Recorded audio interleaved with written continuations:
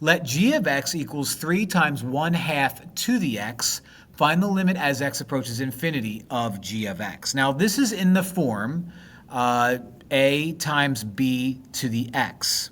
A is 3, which means A is positive. So no reflections are going to happen. It's either going to look like U or it's going to look like U, depending on what B is. Now, since B is in between 0 and 1, this is going to be exponential decay, and it's going to level out at the x-axis. So the general graph is going to look like U. Okay? Now, we care about when x is approaching infinity. As x approaches infinity, we are moving along to the right, and as we move along to the right, our exponential equation is going to hover by the x-axis, which means the limit is going to be 0 because it'll never cross the x-axis. So the answer is D.